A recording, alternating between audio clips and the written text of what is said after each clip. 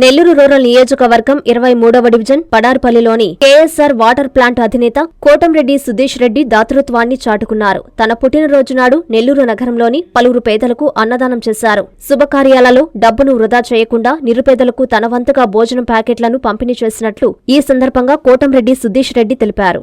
నిరుపేదలను ఆదుకునేలా ప్రతి ఒక్కరూ ముందుకు రావాలని ఆయన పిలుపునిచ్చారు. భోజనం ప్యాకెట్లు తీసుకున్నవారు అన్నదాత సుఖీభవ అని దీవించారు. దీంతో పలువురు సుధీష్ రెడ్డిని అభినందించారు.